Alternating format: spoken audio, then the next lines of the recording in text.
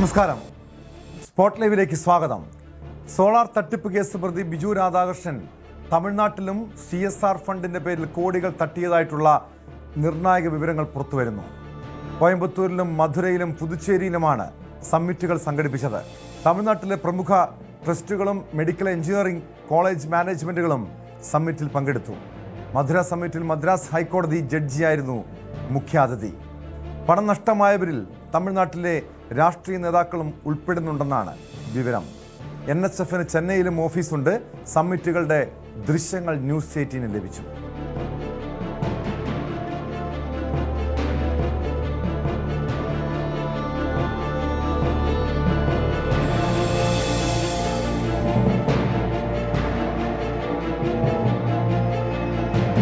അതിനിടെ കാക്കനാട്ടെ ബിജു രാധാകൃഷ്ണന്റെ Meridian project professionals ഒഴിയാൻ കെട്ടിട ഉടമ നോട്ടീസ് നൽകി. ബിജു രാധാകൃഷ്ണന്റെ തട്ടിപ്പ് സംബന്ധിച്ച ന്യൂസ് 18 വാർത്തയ്ക്ക് പിന്നാലെയാണ് ഉടമയുടെ നടപടി. വിവരങ്ങളുമായി MS അനീഷ് കുമാർ ചേരുന്നുണ്ട്. അനീഷ്, ഈ സോളാർ തട്ടിപ്പ് കേസ് പ്രതി ബിജു രാധാകൃഷ്ണനെ കേന്ദ്രീകരിച്ചുള്ള അനീഷിന്റെ അന്വേഷണം ഒടുവിൽ എത്തി നിൽക്കുന്നത് തമിഴ്നാട്ടിലാണ്. തമിഴ്നാട്ടിൽ കേരളത്തിലേക്കാളും വലിയൊരു തട്ടിപ്പ് ഇയാൾ ആസൂത്രണം ചെയ്തു എന്ന് തന്നെ മനസ്സിലാക്കേണ്ടതില്ല. കാരണം അവിടെ സമ്മിറ്റുകൾ സംഘടിപ്പിക്കുന്നു. മെഡിക്കൽ എഞ്ചിനീയറിംഗ് കോളേജ് മാനേജ്മെൻറ്റുകളും വിവിധ ട്രസ്റ്റുകളുടെ ഭാരവാഹികളുമൊക്കെ ആ സമ്മിറ്റിൽ പങ്കെടുക്കുന്നു. മദ്രാസ് ഹൈക്കോടതി ജഡ്ജി മുഖ്യാതിഥിയായി എത്തുന്നു. ഇതിൽ വലിയൊരു തട്ടിപ്പുണ്ടെന്ന് ഈ ആളുകൾക്ക് മനസ്സിലാക്കാൻ കഴിഞ്ഞിട്ടുണ്ടോ? എത്രത്തോളം വലിയൊരു തട്ടിപ്പായിരിക്കും തമിഴ്നാട്ടിൽ നടത്തിയിട്ടുള്ളത്? ആരൊക്കെയാണ് ഇതിൽ പങ്കാളികളായിട്ടുള്ളത്? എന്താണ് ഇപ്പോൾ ഏറ്റവും ഒടുവിൽ പുറത്തു വരുന്ന വിവരങ്ങൾ, അനീഷ്?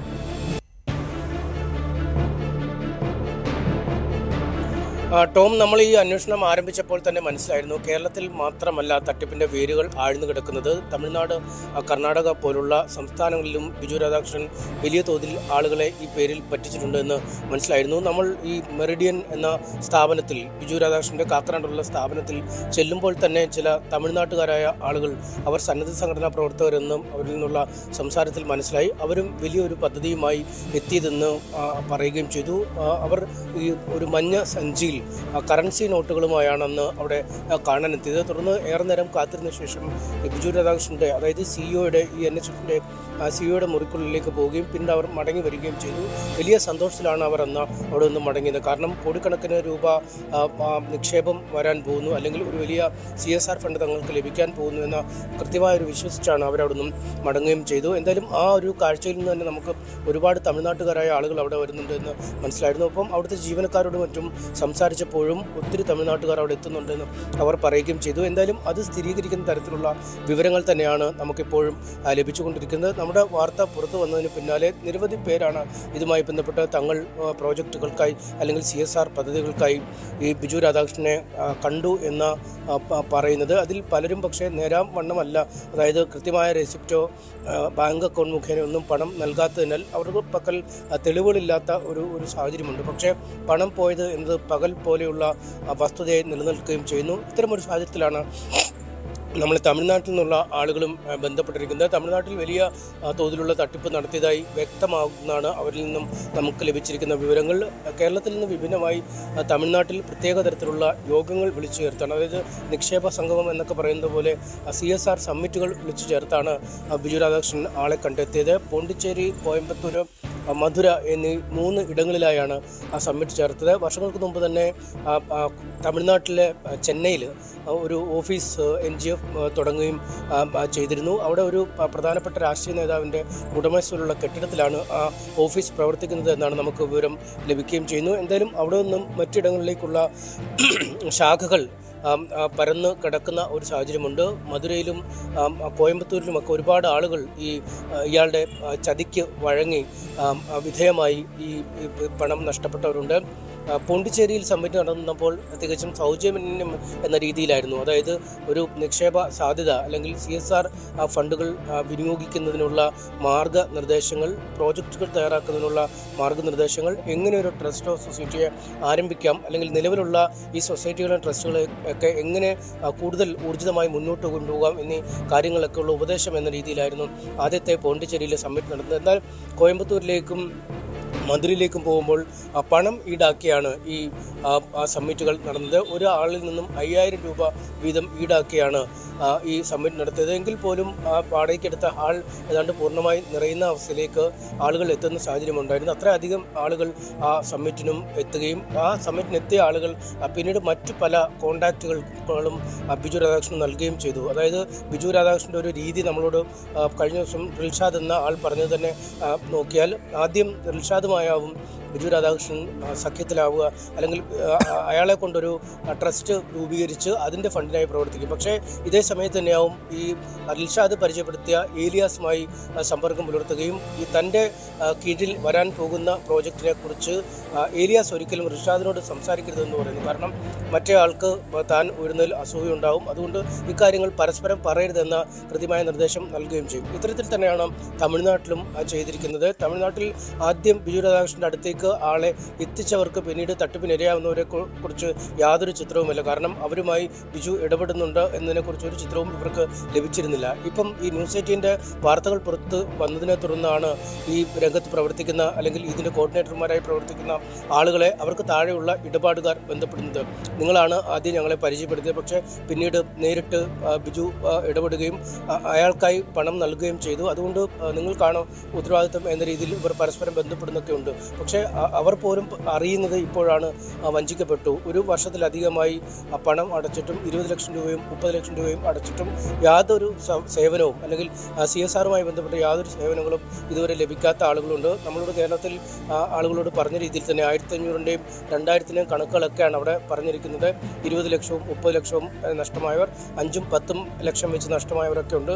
എന്തായാലും നമ്മളെ ബന്ധപ്പെട്ട കുറച്ച് ആളുകൾ പറയുന്നത് അവർ അക്കൗണ്ട് മുഖേനയാണ് പണം നൽകിയിരിക്കുന്നത്. ഒപ്പം കൃത്യമായ റെസിപ്റ്റ് സ്ഥാപനം നൽകിയിട്ടുമുണ്ട്. അതുകൊണ്ട് ഒരു തെളിവ് ഇക്കാര്യത്തിലുണ്ട്. ആ തെളിവ് വെച്ച് മുന്നോട്ട് പോകാനാണ് തീരുമാനിച്ചിരിക്കുന്നത്. ഒരു വർഷമായി ഇവർ ഈ പണത്തിനായി അല്ലെങ്കിൽ ഈ CSR പദ്ധതിയിൽ നിന്നും ലഭിക്കുന്ന ഫണ്ടിനായി ബിജുവിൻ്റെ പുറകെ നടക്കുന്നുണ്ട്. ഫോൺ വിളിച്ചാൽ എടുക്കാത്ത അവസ്ഥ, കൊച്ചിയിൽ ഓഫീസിലെത്തിയാൽ ബിജുവിനെ കാണാൻ കഴിയാത്ത അവസ്ഥ, അങ്ങനെ കുറച്ച് നാളുകളായി കള്ളനും പോലീസും കളിച്ചുകൊണ്ടിരിക്കുന്ന ആളുകളാണ്. എന്തായാലും പുതിയ വെളിപ്പെടുത്തലുകളുടെ പശ്ചാത്തലത്തിൽ പണം തിരികെ ലഭിക്കണമെന്ന ആവശ്യവുമായി ഈ തമിഴ്നാട്ടിലുള്ളവർ കേരളത്തിലേക്ക് പോലും വരാനുള്ള സാഹചര്യം നിലവിലുണ്ട്. എന്തായാലും ഒരുപാട് പേർക്ക് പണം നഷ്ടമായിട്ടുണ്ട് എന്ന് തന്നെയാണ് മനസ്സിലാക്കാൻ കഴിയുന്നത്. അത്തരത്തിൽ ആളുകൾ ഒരുപക്ഷെ അനീഷ്, കഴിഞ്ഞ ദിവസങ്ങളിൽ ന്യൂസ് 18 ഈ വാർത്ത പുറത്തുവിട്ടതിന് പിന്നാലെ കാക്കനാട്ടെ ഓഫീസ് ഒഴിയാൻ സ്ഥാപന ഉടമ, കെട്ടിട ഉടമ അവർക്ക് നിർദ്ദേശം നൽകിയിട്ടുണ്ട്.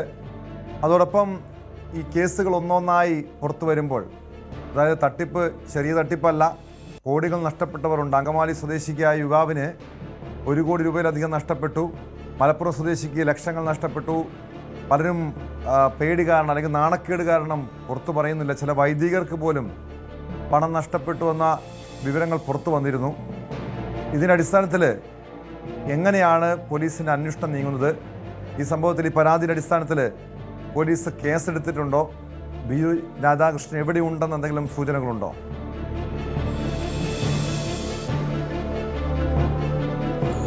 ടോം, ഇതിലേറ്റവും പ്രധാനം ഈ കാക്കനാട് റെക്ക ക്ലബിൻ്റെ തൊട്ട് അടുത്തുള്ള ഒരു വലിയ കെട്ടിടമാണ്. 3 നില കെട്ടിടത്തിൻ്റെ 2 നിലകളും ബിജു രാധാകൃഷ്ണൻ സ്വന്തമാക്കിയിരിക്കുകയായിരുന്നു. അവിടെ വലിയ തുക മുടക്കി ഉള്ളിൽ ഫർണിഷിങ്, ഇൻറ്റീരിയർ ഒക്കെ ചെയ്ത ഒരു സാഹചര്യമുണ്ടായിരുന്നു. ഈ കെട്ടിട ഉടമ കരുതിയിരുന്നത് മെഡിക്കൽ കോളേജുകളും മറ്റും നിർമ്മിക്കുന്ന ഒരു കരാർ കമ്പനിയാണ് ഈ സ്ഥാപനം. ഒപ്പം മറ്റു ചില കൺസൾട്ടൻസി സേവനങ്ങളും ചെയ്യുന്നുണ്ട് എന്ന രീതിയിൽ മാത്രമേ അറിഞ്ഞിരുന്നുള്ളൂ. നമ്മുടെ വാർത്ത പുറത്ത് വന്നപ്പോൾ നമ്മൾ ആദ്യ ദിവസം തന്നെ പൂട്ടിക്കിടന്ന ഓഫീസിലേക്ക് മുന്നിലേക്ക് പോയപ്പോൾ കെട്ടിട ഉടമ എത്തുകയും അദ്ദേഹം അക്ഷരാർത്ഥത്തിൽ സ്തംഭിച്ചു പോവുകയും ചെയ്തു. കാരണം കേരളം കണ്ട ഏറ്റവും വലിയൊരു തട്ടിപ്പുകാരനാണ് തങ്ങളുടെ കെട്ടിടം എടുത്തതെന്ന് ഒരു വിവരവും ലഭിച്ചിരുന്നില്ല. ഒരുപാട് ആളുകൾ അവിടേക്ക് രാപകലില്ലാതെ വന്നു പോകുന്ന കാഴ്ചകളൊക്കെ അയൽവാസികൾ കാണുന്നുണ്ടായിരുന്നു. അപ്പോഴും വിചാരിച്ചത് ഈ മെഡിക്കൽ മേഖലയിൽ നിൽക്കുന്ന ഒരു സ്ഥാപനമാണ്, അത്തരം സേവനങ്ങളാണ് ചെയ്യുന്നത്. മറിച്ചൊരു തട്ടിപ്പുകാരായിരുന്നു ഈ സ്ഥാപനത്തിന് പിന്നിൽ എന്നതിനെക്കുറിച്ച് അവർക്കൊരു ചിത്രവുമില്ല. അതുകൊണ്ട് തന്നെയാണ് വളരെ പെട്ടെന്ന് തന്നെ ഈ കെട്ടിടം ഒഴിഞ്ഞു പോകണമെന്ന് ചൂണ്ടിക്കാട്ടി അവർ ഈ ബിജുവിനും സംഘത്തിനും ഈ നിഷ കെ പീറ്ററിൻ്റെ പേരിലായിരുന്നു ഈ കരാറൊക്കെ എഴുതിയിരിക്കുന്നതെന്നാണ് നമുക്ക് മനസ്സിലാക്കാൻ കഴിയുന്നത്. അതുകൊണ്ട് പെട്ടെന്ന് ഒഴിഞ്ഞു പോകണമെന്ന നിർദ്ദേശം നൽകിയിട്ടുണ്ട്. നേരത്തെ പനമ്പള്ളി നഗറിലും ഇവർക്ക് ഒരു ഓഫീസ് ഉണ്ടായിരുന്നു. പനമ്പള്ളി നഗറിൽ നമുക്കറിയാം കൊച്ചി നഗരത്തിൽ തന്നെ ഏറ്റവും ചെലവേറിയ ഒരു ഇടമാണ്. അവിടെ ആദ്യം ഒരു മുറിയായിരുന്നു ഉണ്ടായിരുന്നത്, റോഡിനോട് ചേർന്ന് മേൽപ്പാലത്തിനോടൊക്കെ ചേർന്ന് തന്നെയുള്ള ഒരു കെട്ടിടം. അവിടെ ആദ്യം ഒരു മുറിയായിരുന്നു. പിന്നീട് ആ മുറി വിപുലമാക്കുകയും ആ നില ഒന്നടങ്കം ബിജു രാധാകൃഷ്ണനും കൂട്ടരും വാടകയ്ക്ക് എടുക്കുകയും ചെയ്തു. എന്നാൽ പിന്നീട് ഈ ആദ്യഘട്ടത്തിൽ പണം മുടക്കിയ പലർക്കും ഈ പണം തിരികെ ലഭിക്കുകയോ അല്ലെങ്കിൽ പദ്ധതി ലഭിക്കുകയോ ചെയ്യാതെ വന്നപ്പോൾ അവർ നിരന്തരം ഈ ബിൽഡിങ്ങിലേക്ക് എത്തുകയും അവിടെ പോയി ബഹളമുണ്ടാക്കുകയും ഒക്കെ ചെയ്യുന്ന സാഹചര്യമുണ്ടായി. അതുകൊണ്ട് വളരെ പെട്ടെന്ന് രാത്രിക്ക് രായമാനം ആരും അറിയാതെ ആ കെട്ടിടത്തിൽ നിന്നും അവർ കഴിഞ്ഞ ഒക്ടോബർ മാസം ഒഴിഞ്ഞു പോകുന്ന സാഹചര്യമുണ്ടായി. അന്ന് നൽകിയ ഫോൺ നമ്പറുകൾ പോലും പിന്നീട് പ്രവർത്തിക്കാത്ത അവസ്ഥയിലായി. അതായത് പണം നഷ്ടമായവർ പല തവണ കൊച്ചിയിൽ ഈ പനമ്പള്ളി നഗറിലെ കെട്ടിടത്തിലെത്തി ഇവർക്കായി തെരച്ചിൽ നടത്തിയെങ്കിലും അല്ലെങ്കിൽ ഇവരെ ഫോണിൽ ബന്ധപ്പെടാൻ ശ്രമിച്ചെങ്കിലും നടക്കാത്ത ഒരു സാഹചര്യം. ഇതാണ് ഇവരുടെ ഒരു പ്രവർത്തന രീതി. ഒരിടത്തൊരു പ്രശ്നം വന്നാൽ അവിടെ നിന്നും അടച്ചു പൂട്ടി അടുത്തിടത്തേക്ക് പോവുക, മൊബൈൽ നമ്പറുകൾ അടക്കം മാറുക. അതുകൊണ്ട് തിരഞ്ഞു നടക്കുന്നവർക്ക് പെട്ടെന്ന് ഇവരെ കണ്ടെത്താൻ കഴിയാത്ത ഒരു സാഹചര്യം, അത്തരമൊരു അന്തരീക്ഷമാണ് ഒരുക്കിക്കൊണ്ടിരിക്കുന്നത്. എന്തായാലും അങ്ങനെയുള്ള സാഹചര്യത്തിലാണ് ഈ കാക്കനാട്ടെ കെട്ടിടം ഒഴിയണമെന്ന നിർദ്ദേശം നൽകിയിരിക്കുന്നത്. ഒപ്പം ഈ പരാതിക്കാർ മുഖ്യമന്ത്രിക്കും DGPക്കുമൊക്കെ പരാതി നൽകുകയും അത് സിറ്റി പോലീസിലേക്ക് അയച്ചു കൊടുക്കുകയും ചെയ്തിരുന്നു. ഇതിൽ റിൽഷാദിൻ്റെ മൊഴിയടക്കം പോലീസ് രേഖപ്പെടുത്തിയിട്ടുണ്ട്. ഏലിയാസ് ഇന്ന് വീണ്ടും ഒരു പരാതി പോലീസിന് മുമ്പിൽ നൽകിയിട്ടുണ്ട്. ഒരു പക്ഷേ ഏതാനും മണിക്കൂറുകൾക്കുള്ളിൽ ഇന്ന് രാത്രിയോ നാളെ രാവിലെയൊക്കെ കൂടി കൊണ്ട് ഈ FIR എടുക്കുമെന്നാണ് നമുക്ക് മനസ്സിലാക്കാൻ കഴിയുന്നത്. എന്നാൽ അതിനുശേഷമാവും ഒരു വലിയ ഗൗരവമായ അന്വേഷണം ഇക്കാര്യത്തിൽ ഉണ്ടാവുക. നിലവിൽ തന്നെ രഹസ്യാന്വേഷണ വിഭാഗങ്ങളൊക്കെ ഈ കെട്ടിടം നിലനിൽക്കുന്ന സ്ഥലത്തും ബിജുവുമായി ബന്ധപ്പെട്ട കേന്ദ്രങ്ങളിലൊക്കെ എത്തുകയും വിവരങ്ങൾ ശേഖരിക്കുകയും ചെയ്തു.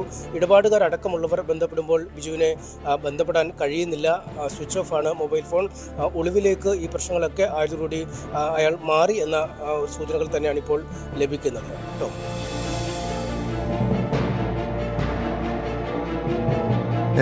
വ്യക്തമാണ്. MS അനീഷ് കുമാറാണ് വിവരങ്ങൾ നൽകിയത്. സോളാർ തട്ടിപ്പ് കേസ് പ്രതി ബിജു രാധാകൃഷ്ണൻ്റെ കൂടുതൽ തട്ടിപ്പിൻ്റെ വിവരങ്ങളാണ് പുറത്തുവരുന്നത്. തമിഴ്നാട്ടിൽ ഇയാൾ വിവിധ സമ്മിറ്റുകൾ സംഘടിപ്പിച്ചുകൊണ്ട് വലിയ തട്ടിപ്പിന് നീക്കം നടത്തിയിരുന്നു. ബിജുവിനെ കേന്ദ്രീകരിച്ച് സംസ്ഥാന പോലീസ് ഇപ്പോൾ അന്വേഷണം ഊർജിതമാക്കിയിരിക്കുകയാണ്. മറ്റൊരു പ്രധാനപ്പെട്ട വാർത്തയിലേക്കാണ് സ്പോട്ട് ലൈവിനി പോകുന്നത്. ബലാത്സംഗ കേസിൽ ജയിലിൽ കഴിയുന്ന രാഹുൽ മാങ്കൂട്ടത്തിൽ നൽകിയ ജാമ്യാപേക്ഷയിൽ തിരുവല്ല ജുഡീഷ്യൽ 1ാം ക്ലാസ് മജിസ്ട്രേറ്റ് കോടതി നാളെ വിധി പറയും. വിശദമായ വാദം പൂർത്തിയായി. കെട്ടിച്ചമച്ച കേസാണെന്നും പരസ്പരമുള്ള സമ്മതപ്രകാരമാണ് ലൈംഗിക ബന്ധത്തിൽ ഏർപ്പെട്ടതെന്നും അതിനാൽ ബലാത്സംഗ കുറ്റം നിലനിൽക്കില്ലെന്നുമാണ് രാഹുലിൻ്റെ വാദം. അറസ്റ്റ് ഉൾപ്പെടെയുള്ള നടപടികളിൽ കൃത്യമായ മാനദണ്ഡങ്ങൾ പാലിച്ചിട്ടില്ല എന്നും പ്രതിഭാഗം ഉന്നയിക്കുന്നുണ്ട്. അതിനിടെ രാഹുൽ മാങ്കൂട്ടത്തിനെതിരായ 3ാമത്തെ ബലാത്സംഗ കേസിൽ പരാതിക്കാരിയുടെ ശബ്ദ സന്ദേശം പുറത്തു വന്നിട്ടുണ്ട്. അതായത് ഇന്നലെ രാഹുൽ മാങ്കൂട്ടത്തിൻ്റെ സുഹൃത്തും യൂത്ത് കോൺഗ്രസ് നേതാവുമായ ഫെനി നൈനാൻ ഈ അതിജീവിതയുടെ ചില വാട്സാപ്പ് ചാറ്റുകൾ പുറത്തുവിട്ടിരുന്നു. ഇത് ചില ഭാഗങ്ങൾ മാത്രമാണ്. ഇതുമായി ബന്ധപ്പെട്ട് ഫെനി നൈനാനെതിരെയും രാഹുൽ മാങ്കൂട്ടത്തിനെതിരെയും ഈ ശബ്ദ സന്ദേശത്തിൽ പരാതിക്കാരി ആരോപണങ്ങൾ ഉന്നയിക്കുന്നുണ്ട്. ആദ്യം സ്പോട്ട് ലൈവ് പരിശോധിക്കുന്നത് രാഹുൽ മാങ്കൂട്ടത്തിൻ്റെ മുൻകൂർ ജാമ്യാപേക്ഷയുമായി ബന്ധപ്പെട്ട് കോടതിയിൽ എന്താണ് നടന്നതെന്നാണ്. ശശിനാരായണൻ ചേരുന്നുണ്ട്. ശശിനാരായണൻ, ജാമ്യാപേക്ഷയിൽ വാദം പൂർത്തിയായിട്ടുണ്ട്, കെട്ടിച്ചമച്ച കേസാണെന്ന് പറയുന്നു. എന്താണ് പ്രോസിക്യൂഷൻ്റെ നിലപാട്? പ്രത്യേകിച്ചും രാഹുൽ മാങ്കൂട്ടത്തിൽ അന്വേഷണത്തോട് സഹകരിക്കുന്നില്ല, ചോദ്യങ്ങൾക്ക് ഉത്തരം നൽകുന്നില്ല, ഫോണിൻ്റെ പാസ്വേഡ് നൽകുന്നില്ല, നിർണായകമായിട്ടുള്ള ലാപ്ടോപ്പ് എവിടെയാണെന്ന് പോലും കണ്ടെത്താൻ കഴിഞ്ഞിട്ടില്ല. എന്താണ് ഇന്ന് കോടതിയിൽ സംഭവിച്ചത്? Tom, Thiruvalla judicial 1ാം class magistrate കോടതിയിൽ 2 മണിക്കൂറോളം അടച്ചിട്ട കോടതി മുറിയിലാണ് ഈ വാദം നടന്നത്. പ്രധാനമായും ജാമ്യം അപേക്ഷ പരിഗണിക്കുന്നതുമായി ബന്ധപ്പെട്ട് 2 മണിക്കൂറായിരുന്നു ഈ ദിവസം വാദം നടന്നത്. നാളെയാണ് ഇത് സംബന്ധിച്ച് വിധി പറയുക. ഇരുഭാഗവും തങ്ങളുടെ പക്കമുള്ള തെളിവുകൾ ഡിജിറ്റൽ തെളിവുകൾ കോടതിയിൽ ഹാജരാക്കി. അത് സംബന്ധിച്ചുള്ള കാര്യങ്ങൾ കൂടി വ്യക്തമാക്കുകയുണ്ടായി. അതായത് ഉഭയസമ്മത പ്രകാരമാണ് ഈ യുവതിയുമായി ബന്ധപ്പെട്ടത്. രണ്ടാമത്തെ കാര്യം ഈ തന്നെ രാഷ്ട്രീയ പ്രേരിതമായി ഇല്ലാതാക്കാൻ ശ്രമിക്കുന്നു, കെട്ടിച്ചമച്ചതാണ് ഈ കേസ്. നിയമപരമല്ലാത്ത അറസ്റ്റാണ് ഉണ്ടായത്. നടപടികളിൽ പോരായ്മ ഉണ്ടായിരുന്നു. ഒപ്പ് ഇടാൻ അറസ്റ്റിന് ഒപ്പിടാൻ പറ്റിയിട്ടില്ല. അത്തരമുള്ള കാര്യങ്ങൾ സംബന്ധിച്ചില്ല. ഇത്തരമുള്ള കാര്യങ്ങളിലൊക്കെ ചില നടപടിക്രമങ്ങളിലൊക്കെ വ്യത്യാസം വന്നിട്ടുണ്ട്. അതെല്ലാം കൃത്യമായി രാഹുലിന്റെ അഭിഭാഷകൻ ഭാഗം നിന്ന് ജാമ്യാപേക്ഷയിൽ പറയുകയുണ്ടായി. എന്തായാലും അത് സംബന്ധിച്ച് അതേസമയം SITയുടെ ഭാഗത്തു നിന്നുള്ള കാര്യം എന്ന് പറഞ്ഞാൽ രാഹുൽ സ്ഥിരം കുറ്റവാളിയാണ്, അതുപോലെ തന്നെ MLA ആണ്. ഒപ്പം മുമ്പും ഇത് സംബന്ധിച്ചുള്ള പരാതികളുണ്ട്, ഇത്തരത്തിൽ കാര്യങ്ങളുണ്ട് എന്നുള്ള രീതിയിലാണ് എന്തായാലും കോടതിയിൽ ഇത്തരം പരാമർശമുണ്ട്. എന്തായാലും കൃത്യമായ 2 മണിക്കൂറുടെ വാദം നടന്നെങ്കിലും വിധി നാളെയാണ് ഉണ്ടാകുക. രാഹുലിന് അനുകൂലമായ ഒരു വിധി ഉണ്ടാകുമെന്നാണ് പ്രതീക്ഷിക്കുന്നവർ. എന്താണ് അതിന് പ്രധാനപ്പെട്ട ചില ന്യായങ്ങൾ കൂടി അവർ പറയുന്നുണ്ട്. കാരണം 2024 നടന്ന കേസാണ്, 1 വർഷം കഴിഞ്ഞിട്ടാണ് ആ കേസുമായി ബന്ധപ്പെട്ട് ഇപ്പോഴാണ് പരാതിക്കാരി രംഗത്ത് വരുന്നത്. ആ പരാതിക്കാരി പരാതി നൽകിയതിനു ശേഷവും സാധാരണ മൊഴി നൽകിയാൽ ഇത്തരം ഒരു പരാതി നൽകിയാൽ 3 ദിവസത്തിനകം വന്ന് നേരിട്ട് ഹാജരാക്കി മൊഴി നൽകണമെന്നാണ് ഇത് സംബന്ധിച്ചുള്ള ഈ നിയമവിദഗ്ധർ പറയുന്നത്. പക്ഷെ അത്തരം കാര്യങ്ങൾ ഉണ്ടായിട്ടില്ല. ഇപ്പോഴും പരാതിക്കാരി നേരിട്ട് ഹാജരാവാൻ തയ്യാറായിട്ടില്ല എന്നുള്ള കാര്യമാണ്. അതുകൊണ്ട് തന്നെ ഇത് നിലനിൽക്കുമോ എന്നുള്ള കാര്യത്തിൽ കൂടി സംശയം കൂടി പ്രകടിപ്പിക്കുന്നു. തന്നെയല്ല, രാഷ്ട്രീയപരമായുള്ള തന്നെ ഇല്ലാതാക്കാനുള്ള ശ്രമം കൂടി ഇതിന് ഭാഗമായിട്ടുണ്ട്. പരാതിക്കാരി എനിക്ക് നേരത്തെ അറിയാം, പക്ഷേ ആ കാര്യത്തിൽ ഇത്തരം പറയുന്ന ആരോപണങ്ങളെല്ലാം അടിസ്ഥാനരഹിതമാണ്. ഉഭയസമ്മതപ്രകാരം ഉണ്ടായ ലൈംഗിക ബന്ധമാണ് എന്നുള്ള കാര്യമാണ് രാഹുലിന്റെ അഭിഭാഷകൻ വ്യക്തമാക്കിയിട്ടുള്ളത്. അത്തരത്തിൽ ഉള്ള വാദമാണ്. അതുകൊണ്ട് തന്നെ ഇത് കൃത്യമായി ഇരുഭാഗവും 2 മണിക്കൂറോളം നടന്ന വാദങ്ങൾ കേട്ട ശേഷം നാളെയാണ് ഇത് സംബന്ധിച്ചുള്ള കോടതി വിധി പറയുക. ജാമ്യം ലഭിക്കുക എന്നുള്ള കാര്യത്തിൽ നാളെയാണ് വ്യക്തി വരിക. കാരണം ഈ നേരത്തെ 1 വർഷത്തിന് മുമ്പുള്ള കേസായതുകൊണ്ട് തന്നെ ഈ IPC പ്രകാരം രജിസ്റ്റർ കേസും അതുപോലെ തന്നെ BNS 1 വർഷം പുതുക്കിയ നിയമവ്യവസ്ഥയുമായി ബന്ധപ്പെട്ട് ഇതിനകത്ത് ചില വ്യത്യാസങ്ങൾ വരാൻ സാധ്യതയുണ്ട്. അതുകൊണ്ട് തന്നെ ഇത് നിലനിൽക്കുമോ എന്നുള്ള കാര്യം പോലും സംശയം പ്രകടിപ്പിക്കുന്നുണ്ട്. എന്തായാലും അതെല്ലാം നിയമവിദഗ്ധരുമായി ആലോചിച്ചാണ് ചെയ്യേണ്ടത്. അത്തരം കാര്യങ്ങൾ നിയമോപദേശം രാഹുലിന് ലഭിച്ചിട്ടുണ്ട് എന്നുള്ള കാര്യം കൂടി നമുക്ക് മനസ്സിലാക്കാൻ കഴിയുന്നത്. അതുകൊണ്ട് തന്നെ ജാമ്യാപേക്ഷ പരിഗണിക്കാൻ സാധ്യതയുണ്ടെന്നുള്ള പ്രതീക്ഷയിലാണ് പ്രതിഭാഗം. അതേസമയം രാഹുലിന് ജാമ്യം അനുവദിച്ചാൽ ഒട്ടനവധി തെളിവുകൾ ഇനിയും ഈ കേസുമായി ബന്ധപ്പെട്ട തെളിവുകൾ ശേഖരിക്കാനുണ്ട്. പലപ്പോഴും രാഹുൽ അന്വേഷണവുമായി സഹകരിക്കാത്ത വ്യക്തിയാണ്. 3 ഫോണുകൾ കിട്ടിയിരുന്നു, അതിന്റെ തെളിവുകൾ ശേഖരിക്കാനുണ്ട്. ലാപ്ടോപ്പിന്റെ ഡിജിറ്റൽ തെളിവുകൾ ശേഖരിക്കാനുണ്ട്. ഇത്തരം കാര്യങ്ങളെല്ലാം SIT മുന്നോട്ട് വെച്ചിട്ടുണ്ട്. ആ കാര്യത്തിലെല്ലാം രാഹുലിന് ജാമ്യം ലഭിച്ചാൽ ഇതൊരു പക്ഷേ ഇത്തരം കാര്യങ്ങൾ തീർച്ചയായും ശശിനാരായണൻ, ഇതിപ്പം 3ാമത്തെ ബലാത്സംഗ കേസിലാണ് രാഹുൽ മാങ്കൂട്ടത്തിലിനെ അറസ്റ്റ് ചെയ്തത്. പിന്നീട് തെളിവെടുപ്പും ചോദ്യം ചെയ്യലും ഒക്കെ നടന്നത്. ആദ്യത്തെ 2 ബലാത്സംഗ കേസുകൾ, ആദ്യത്തെ 2 പരാതികൾ, ഇതിന്മേൽ എന്ത് നടപടിയാണ് പോലീസിൻ്റെ ഭാഗത്തുനിന്നുണ്ടായത്? ഇതുമായി ബന്ധപ്പെട്ട് ആ പരാതികളുമായി ബന്ധപ്പെട്ട് രാഹുൽ മാങ്കൂട്ടത്തിലിനെ നിന്നും എന്തെങ്കിലും വിവരങ്ങൾ തേടാൻ SIT കഴിഞ്ഞിട്ടുണ്ടോ? അതാണ് പ്രധാനമായും നേരത്തെയുള്ള 2 പരാതികൾ നിലനിൽക്കുന്നു. ഒപ്പം 3ാമത്തെ പരാതിയിലാണ് രാഹുൽ അറസ്റ്റിലായത്. രാഹുലിനെ വിശദമായി ചോദ്യം 3 ദിവസത്തെ കസ്റ്റഡി കിട്ടിയെങ്കിലും കൃത്യമായ ചോദ്യം ചെയ്യലിൽ ഒരു മറുപടിയോ മൊഴിയോ രാഹുലിൽ നിന്നും SITക്ക് കണ്ടെത്താൻ കഴിഞ്ഞിട്ടില്ല, കിട്ടിയിട്ടില്ല. അതുകൊണ്ട് തന്നെ ഈ ആദ്യത്തെ 2 കേസിലും രാഹുലിന് ജാമ്യം കിട്ടുന്ന സാഹചര്യമുണ്ടായി.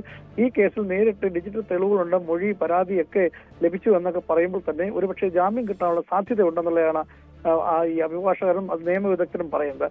നേരത്തെ സൂചിപ്പിച്ച പോലെ തന്നെ കൃത്യമായി 1 വർഷം മുമ്പ്, അതായത് 2024 ഏപ്രിൽ 8-നാണ് ഈ ക്രൈം നടക്കുന്നത്.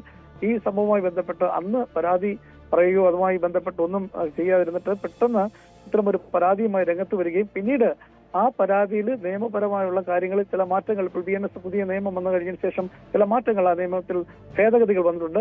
അതിന്റെ അടിസ്ഥാനത്തിൽ ഒരു പക്ഷേ ഇത്തരം പരാതികൾ നിലനിൽക്കുമോ എന്നുള്ള കാര്യം ഇനിയാണ് കണ്ടറിയേണ്ടതുണ്ട്. അതുകൊണ്ട് തന്നെ ആ പരാതിയുമായി ബന്ധപ്പെട്ട് നിയമോപദേശം തേടുകയും അതനുസരിച്ചുള്ള നിലപാടുകളായിരിക്കും ഉണ്ടാകുക. എന്തായാലും കോടതിയിൽ അത്തരത്തിലുള്ള നിലപാടുകളായിരിക്കും ഉണ്ടാകുക എന്നുള്ളതാണ് ഈ പ്രതിഭാഗം പറയുന്നത്. എന്തായാലും അനുകൂലമായൊരു വിധി ഉണ്ടാകുമെന്നുള്ള പ്രതീക്ഷ രാഹുലിന്റെ അഭിഭാഷകൻ വെക്കുന്നു. പക്ഷെ അതേസമയം രാഹുൽ ഇത്തരത്തിൽ 3 കേസിലും രാഹുൽ ഇത്തരത്തിൽ പരാതിക്കാരികൾ രംഗത്ത് വന്നിട്ട് പോലും രാഹുൽ ജാമ്യം ലഭിക്കുക എന്ന് പറയുന്നത് വലിയ ഒരു പ്രോസിക്യൂഷനെ സംബന്ധിച്ചും അതുപോലെ തന്നെ SITയെ സംബന്ധിച്ചും വലിയ ഒരു വെല്ലുവിളിയാണ്. കാരണം തെളിവുകൾ ശേഖരിക്കാൻ കഴിഞ്ഞില്ല. കൃത്യമായി തെളിവുകളൊക്കെ ഉണ്ടായിട്ടും ഡിജിറ്റൽ തെളിവുകളും കാര്യങ്ങളൊക്കെ ഹാജരാക്കാൻ മറ്റു കാര്യങ്ങളൊക്കെ കഴിഞ്ഞെങ്കിൽ മാത്രമേ ഈ കാര്യത്തിൽ കൃത്യമായ ഒരു വ്യക്തത വരാൻ കഴിയുള്ളൂ. പക്ഷേ രാഹുലിനെ സംബന്ധിച്ച് ഈ ജാമ്യാവസ്ഥ ഒരു പക്ഷേ നാളെ പരിഗണിക്കാൻ സാധ്യതയുണ്ട്. പക്ഷേ കോടതിയുടെ ഒരു വിവേചനാധികാരമാണ്. അതെങ്ങനെയാണെന്നുള്ള കാര്യം നാളെ മാത്രമേ നമുക്ക് അറിയാൻ കഴിയുള്ളൂ.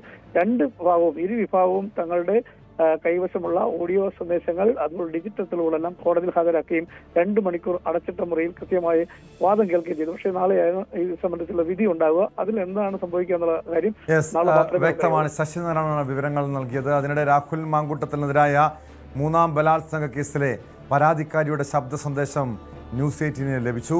രാഹുലിന്റെ സുഹൃത്ത് ഫെനീനയുടെ ആരോപണങ്ങൾക്ക് മറുപടി പറഞ്ഞ യുവതി ഫെനി ചാറ്റ് പുറത്തുവിട്ടത് തന്നെ അധിക്ഷേപിക്കാനും ഇനിയും പരാതിക്കാർ വരുന്നത് തടയാനുമെന്നാണ് പറയുന്നത്. കഴിഞ്ഞ ഓഗസ്റ്റിൽ ആരോപണങ്ങൾ വന്നു തുടങ്ങിയപ്പോൾ രാഹുലുമായി വിശദമായി സംസാരിക്കാനാണ് 3-4 മണിക്കൂർ സമയം വേണമെന്ന് ആവശ്യപ്പെട്ടത്. അതല്ലാതെ വീണ്ടും ശാരീരിക ബന്ധത്തിനല്ല. പരാതി നേരത്തെ കൊടുത്തിരുന്നുവെങ്കിൽ മറ്റു 2 യുവതികൾക്ക് ഈ അനുഭവം ഉണ്ടാകുമായിരുന്നില്ലെന്നും ശബ്ദ സന്ദേശത്തിൽ പരാതിക്കാരി പറയുന്നുണ്ട്. രാഹുൽ എനിക്കിത് പോകണം, അവിടെ പോകണം, ഇവിടെ പോകണം എന്നൊക്കെ പറഞ്ഞ ആൾ ഇറങ്ങി ഓടുന്നൊരു സ്വഭാവം കൂടി ഉണ്ട്. അപ്പൊ നിങ്ങളെ ചാറ്റ് വായിച്ചാൽ നിങ്ങൾക്ക് മനസ്സിലാവും ഇറങ്ങി ഓടാൻ പറ്റില്ല, എനിക്ക് ഇത്ര സമയം വേണമെന്ന് ഞാൻ പറയുന്നുണ്ട്, എനിക്ക് സേഫ് ആയിട്ടൊരു സ്ഥലം വേണമെന്ന് പറയുന്നുണ്ട്. പിന്നെ രാഹുലിനെ കാണാൻ വരും എന്ന് പറയുമ്പോൾ ഞാൻ രാഹുലിൻ്റെ അടുത്ത് പറയുന്നുണ്ട്, ഞാൻ എൻ്റെ സൈഡിൽ നിന്ന് ഞാൻ ആരെങ്കിലും കൊണ്ടുവരും. രാഹുലിൻ്റെ സൈഡിൽ നിന്ന് രാഹുലിൻ്റെ അമ്മയോ ചേച്ചിയോ കുറച്ച് ഫ്രണ്ട്സിൻ്റെ പേരുണ്ട്, അത്രയും ഫ്രണ്ട്സോ അല്ലെങ്കിൽ ഫെനി എങ്കിൽ ഫെനി ആരെങ്കിലും കൊണ്ടുപോകും.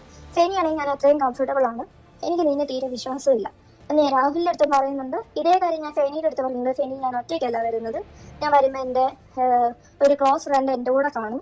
അപ്പോൾ രാഹുലിൻ്റെ കൂടെ നീ വരണം, നീ വരുന്നതാണ് എനിക്ക് കംഫർട്ടബിൾ ആയിട്ടുള്ളത്. പിന്നെ നമ്മൾ കണ്ടിട്ടില്ലല്ലോ, എനിക്ക് നിന്നെ കാണുകയും കൂടി ചെയ്യാമല്ലോ എന്ന് ഞാൻ ഫെനിയുടെ അടുത്ത് പറയുന്നുണ്ട്. പിന്നീട് ഞാൻ ഈ സേഫ് പ്ലേസ് വേണമെന്ന് പറയുന്നുണ്ട് ഇവരായിട്ട്. അതൊക്കെയാണ് നിങ്ങൾ കണ്ടുകൊണ്ടിരിക്കുന്നത്. ഈ തലയും വാലും ഇല്ലാത്ത കുറച്ച് ചാറ്റുകൾ മാത്രം പുറത്ത് വിട്ട് എന്നെ പീഡിപ്പിച്ച ഒരാളെ വീണ്ടും എനിക്ക് 3-4 മണിക്കൂർ കാണണമെന്ന് പറയുമ്പം എന്നെ സ്ട്രക്ചർ ചെയ്യണം എന്നൊരു ഉദ്ദേശത്തോടുകൂടി മാത്രമാണ് അത് പുറത്തു വിട്ടെന്നാണ് എനിക്ക് മനസ്സിലായത്. 3-4 മണിക്കൂർ കാണുമെന്ന് പറഞ്ഞതിൻ്റെ ഉദ്ദേശം എനിക്ക് എല്ലാ കാര്യങ്ങളും ഒന്ന് സമാധാനത്തോടെ ഒന്ന് സംസാരിച്ച് ഐ നീഡ് ക്ലോഷർ, അത് ഞാൻ കൃത്യമായിട്ട് പറഞ്ഞിട്ടുള്ളൊരു കാര്യമുണ്ട്. സേഫ് ആയിട്ടുള്ള സ്ഥലം വേണമെന്നാണ് ഞാൻ പറയുന്നത്. അത് ഓഫീസ് പറ്റത്തില്ല എന്ന് പറഞ്ഞ് കൃത്യമായിട്ട് ഞാൻ കാരണം പറയുന്നുണ്ട്. എന്ന കാരണം കൊണ്ടാണ് ഓഫീസ് പറ്റത്തില്ല എന്ന് പറയുന്നത്. മറ്റെവിടെയായാലും എനിക്ക് കുഴപ്പമില്ല, രാത്രി ആയാലും പകലായാലും കുഴപ്പമില്ല. ബിക്കോസ് ഞാൻ ഒറ്റയ്ക്കല്ല പോകുന്നത്, എൻ്റെ കൂടെ ആൾക്കാരുണ്ട്, അവിടുന്ന് ആൾക്കാരെ പറഞ്ഞ് ഞാൻ പറഞ്ഞിട്ടുണ്ട്. അല്ലാതെ നിങ്ങൾ വിചാരിക്കുന്നത് പോലെ ഈ 3-4 മണിക്കൂറിൽ എനിക്ക് വീണ്ടും രാഹുലിനോട് ഫിസിക്കൽ കോണ്ടാക്ട് ഉണ്ടാക്കാൻ വേണ്ടിയിട്ടല്ല ഞാൻ പോകുന്നത് പോലും. പിന്നീട് ഇവരിതിങ്ങനെ ഒഴിഞ്ഞു മാറി എനിക്ക് മനസ്സിലായി ഇവരിത് ഒഴിവാക്കുവാണ്. പറഞ്ഞിട്ട് ചെല്ലുവാണെങ്കിൽ രാഹുൽ 3 എനിക്ക് ഉറപ്പുള്ളത് കൊണ്ട് രാഹുലിനോട് പറയാതെയാണ് ഞാൻ പാലക്കാട് ചെല്ലുന്നത്. അപ്പോൾ പാലക്കാട് ചെന്നപ്പോൾ രാഹുൽ ചെയ്തത് ആള് എന്നെ കോൾ എടുക്കാതെ രാഹുലിൻ്റെ സ്റ്റാഫിനെ കൊണ്ട്, ഫസലുണ്ട്, ആലിവിനുണ്ട്, അവരെ കൊണ്ട് ഇങ്ങനെ മാറി സംസാരിപ്പിച്ച് ചേച്ചി ഇവിടുത്തെ സാഹചര്യം ഇങ്ങനെയാണ്, രാഹുലിനടുത്ത് സംസാരിക്കാൻ പറ്റുന്നില്ല, ഞങ്ങൾ കർണാടകയിലാണ്, മാത്തൂരാണ്, ഞങ്ങളുടെ ഹൗസ് ചേച്ചിയുടെ അവസ്ഥ ഞങ്ങൾക്ക് മനസ്സിലായി, ഞങ്ങളുടെ അവസ്ഥ ഞങ്ങൾ ചേച്ചി ഒന്ന് മനസ്സിലാക്കണം എന്ന് പറഞ്ഞ് രാവിലെ തൊട്ട് രാത്രി വരെ എന്നെ പാലക്കാട് തന്നെ ഇട്ട് ഞാൻ കറങ്ങുമായിരുന്നു. ഇവർ പറയുന്നതനുസരിച്ച് ചേച്ചി ഞങ്ങളിപ്പോൾ ടൗണിൽ വരും, ഞങ്ങൾ അവിടെ വരും, ഞങ്ങൾ ഇവിടെ വരും എന്ന് പറയുമ്പോൾ ഞങ്ങൾ ആ ലൊക്കേഷനിലോട്ട് പോകും. അങ്ങനെ രാഹുൽ എനിക്ക് കാണാൻ പറ്റിയില്ല. നെക്സ്റ്റ് ഡേ രാഹുൽ എനിക്ക് മനസ്സിലായി, രാഹുൽ എനിക്ക് ക്ലാരിറ്റി തരാൻ രാഹുലിന് ഉദ്ദേശമില്ല, ക്ലോഷർ തരാനും ഉദ്ദേശമില്ല, എന്നെ വേണ്ടി ഇങ്ങനെ വട്ടം കറക്കിക്കൊണ്ടിരിക്കുകയാണ്, ഇതാണ് ഇയാളുടെ ഉദ്ദേശം എന്ന് എനിക്ക് മനസ്സിലായത്. ഞാൻ രാഹുലിനോട് പറഞ്ഞു, രാഹുലെ എനിക്ക് കൃത്യം ക്ലാരിറ്റി കിട്ടില്ല, ഞാൻ പറഞ്ഞിട്ടുണ്ടെന്നാലും പിന്നെ പറഞ്ഞു, ഞാൻ റെസ്പോണ്ട് ചെയ്യും, ഞാൻ അറിഞ്ഞ കാര്യങ്ങളെല്ലാം ഞാൻ തുറന്നു പറയാൻ ഞാൻ പറഞ്ഞിട്ടുണ്ടായിരുന്നു. അങ്ങനെയാണ് രാഹുൽ എന്നെ വീണ്ടും, രാഹുൽ ഭീഷണി രാഹുലിൻ്റെ സ്ഥിരം പരിപാടിയാണ്.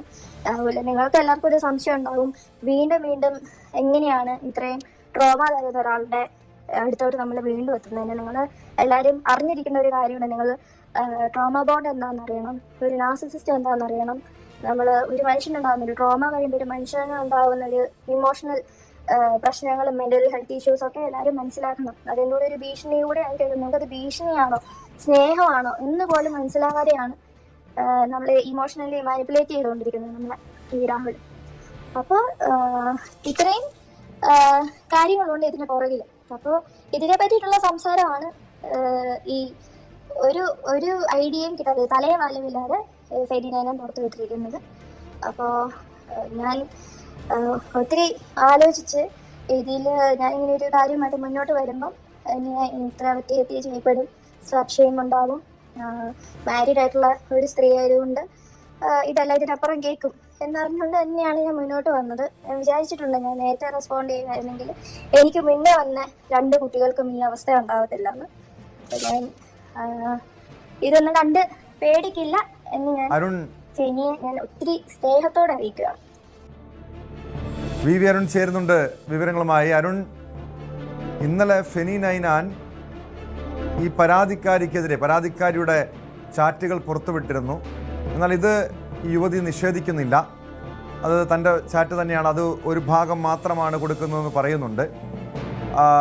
മാത്രമല്ല, ഇത്തരം ലൈംഗിക ബന്ധത്തിൽ ഏർപ്പെടാൻ വേണ്ടിയല്ല, രാഹുൽ മാങ്കൂട്ടത്തിലുമായി സംസാരിക്കാനായിരുന്നു. പ്രത്യേകിച്ച് ഇത്തരം ആരോപണങ്ങൾ ഉയർന്നു വന്നതിൻ്റെ പശ്ചാത്തലത്തിൽ അതുമായി ബന്ധപ്പെട്ട് സംസാരിക്കാനായിരുന്നു എന്ന് പറയുന്നു. പക്ഷെ ഇതൊന്നുമല്ല, ഒരു പക്ഷേ രാഹുൽ മാങ്കൂട്ടത്തിൻ്റെ ഇപ്പോഴുമുള്ള ആത്മവിശ്വാസം, അയാളുടെ കൈവശം ഈ പരാതിക്കാരായ യുവതികളുമായിട്ടുള്ള പല ചാറ്റുകളും അത് കോടതിയിലേക്ക് എത്തുമ്പോൾ ഇതൊക്കെ തനിക്ക് അനുകൂലമാകും. അതുകൊണ്ട് തന്നെയാണ് അത് പോലീസിന് പോലും ആ ഫോണിൻ്റെ പാസ്വേഡ് കൈമാറാത്തത്, ലാപ്ടോപ്പ് കൈമാറാത്തത് എന്നാണ് പറയുന്നത്. മാത്രമല്ല, അത് താൻ അന്വേഷണത്തോട് സഹകരിക്കാത്തതല്ല, ഇത്തരം തെളിവുകളൊക്കെ നശിപ്പിക്കുമെന്നൊരു ആശങ്കയാണ് പ്രതിക്കുള്ളതെന്നാണ് അഭിഭാഷകർ പോലും സൂചിപ്പിക്കുന്നത്. പക്ഷെ ഇവിടെ എന്താണ് ഈ യുവതി ഉന്നയിക്കുന്ന പ്രധാനപ്പെട്ട ആരോപണം?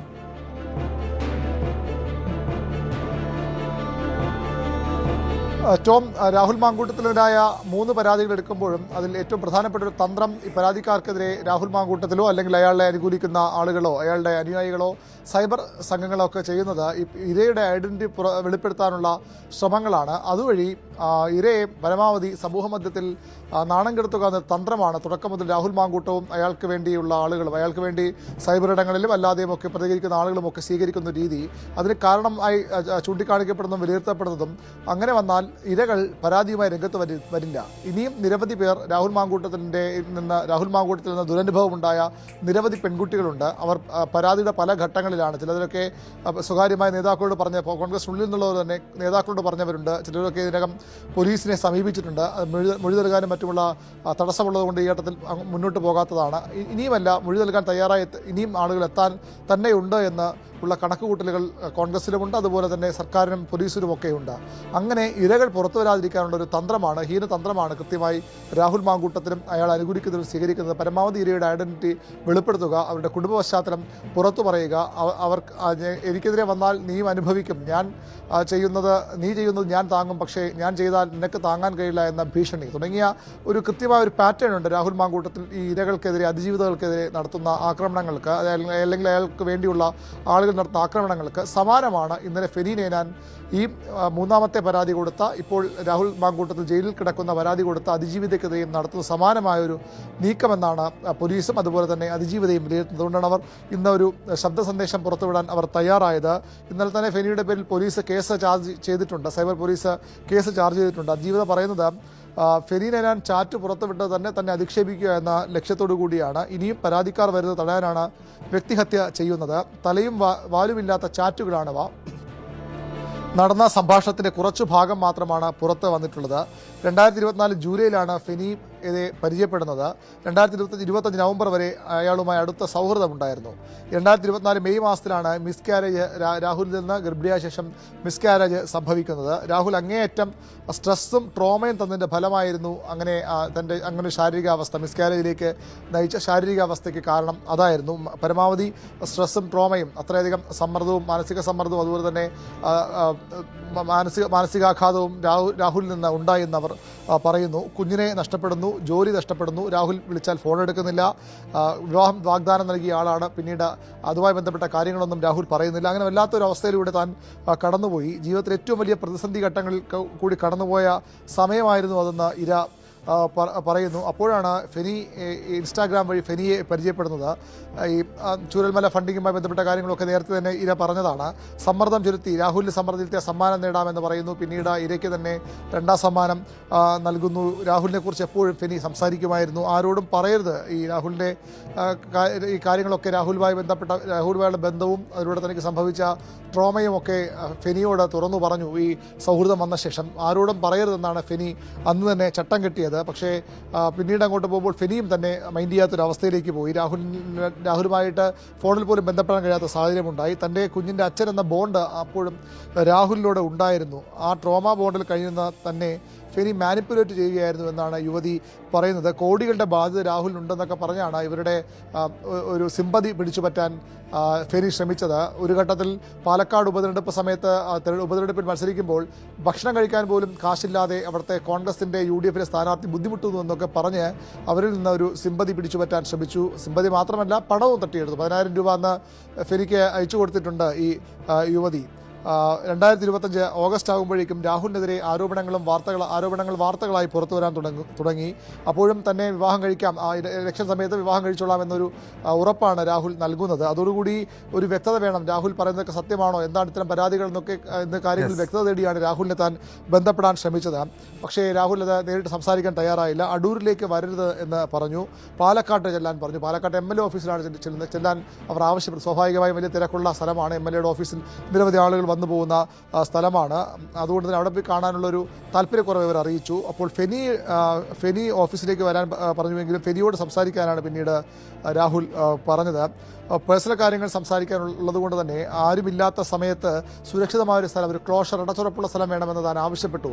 അത് രാഹുലുമായി ലൈംഗിക ബന്ധം പുലർത്താനല്ല, തനിക്കൊപ്പം ഒരാൾ വരും, രാഹുലിനൊപ്പം രാഹുലിൻ്റെ അമ്മയോ ചേച്ചിയോ, കാരണം വിവാഹബന്ധത്തിലേക്ക് പോകണമെന്ന് താല്പര്യപ്പെടുന്ന ബന്ധമാണ്, അല്ലെങ്കിൽ അത്തരം പ്രതീക്ഷകളുമായാണ് രാഹുലുമായി താൻ വീണ്ടും അടുത്തത്. അതുകൊണ്ട് രാഹുലിൻ്റെ അമ്മയോ സഹോദരിയോ വരണമെന്നാണ് ഞാൻ ആവശ്യപ്പെട്ടത്. ഇനി അതുമില്ലെങ്കിൽ രാഹുലിൻ്റെ ഏറ്റവും അടുത്ത സുഹൃത്തായ ഇവർക്ക് കൂടി ഒരു പരിചയമുള്ള ഫെനിയോട് വരാൻ പറയും. അതാണ് എനിക്ക് കൂടുതൽ കംഫർട്ടബിൾ എന്ന് അവർ പറയുന്നുമുണ്ട്. ഏതായാലും അങ്ങനെ അല്ല അവർ പിന്നീട് ട്രീറ്റ് ചെയ്ത് ഒരു ക്ലോഷറിനായി വിശദമായി സംസാരിക്കാനാണ് 3-4 മണിക്കൂർ സമയം വേണമെന്നൊക്കെ അവർ പറഞ്ഞു. പക്ഷേ ഫെനി ഇന്നലെ അത് ഫേസ്ബുക്കിൽ കുറിക്കുമ്പോൾ 3 മണിക്കൂർ ബലാത്സംഗം ചെയ്തു എന്ന് ആദ്യം പരാതി പറഞ്ഞു. അതേ 3 മണിക്കൂർ വീണ്ടും പാലക്കാട്ടെ ഫ്ലാറ്റ് വെച്ച് കാണണമെന്ന് പറയുന്നു. എന്തിനാണെന്നൊരു പരിഹാസം ഫെനിയുടെ ഫേസ്ബുക്ക് കുറിപ്പിലൂടെ അതൊരു മറുപടിയാണ് പറയുന്നത്. എനിക്ക് ഒരുപാട് കാര്യങ്ങൾ സംസാരിക്കാനുണ്ട്, ഒരുപാട് വ്യക്തത വരുത്തേണ്ടിയിരുന്നു, അതുകൊണ്ടാണ് അത്തരത്തിൽ അടച്ചുറപ്പുള്ള സ്ഥലത്ത് MLA നിരവധി ആളുകൾ കാണാൻ വരുന്ന സ്ഥലം ഒരു പൊതുസ്ഥലത്ത് കാണാൻ കഴിയില്ല, തനിക്ക് പറയേണ്ട കാര്യങ്ങൾ പറയാൻ കഴിയില്ല എന്നൊക്കെ ഉള്ള അതുകൊണ്ടാണ് നൽകിയത്. രാഹുൽ മാങ്കൂട്ടത്തിനെതിരായ ബലാത്സംഗ കേസിലെ 3ാമത്തെ ബലാത്സംഗ കേസിലെ പരാതിക്കാരിയാണ് ആരോപണം ഉന്നയിച്ച് രംഗത്തെത്തിയിരിക്കുന്നത്. രാഹുലിൻ്റെ സുഹൃത്ത് ഫെനിനെതിരെയും രാഹുലിനെതിരെയും ഈ ഓഡിയോ സംഭാഷണത്തിൽ രൂക്ഷമായ പരാമർശങ്ങളാണുള്ളത്. മലപ്പുറം കരുവാരക്കുണ്ടിൽ 16 വയസ്സുകാരിയെ റെയിൽവേ ട്രാക്കിന് സമീപം മരിച്ച നിലയിൽ കണ്ടെത്തി. സംഭവം കൊലപാതകമാണോ എന്നാണ് പോലീസ് പരിശോധിക്കുന്നത്. അതിലേക്ക് എത്താം ഇടവേള കഴിഞ്ഞു.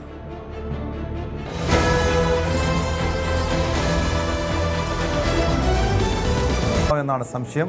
കുട്ടിയെ കഴിഞ്ഞ ദിവസം കാണാതായിരുന്നു. ഒരാളെ പോലീസ് കസ്റ്റഡിയിലെടുത്തതായി സൂചനയുണ്ട്. വിവരങ്ങളുമായി CB അനുമോദ് ചേരുന്നു മലപ്പുറത്ത് നിന്ന്.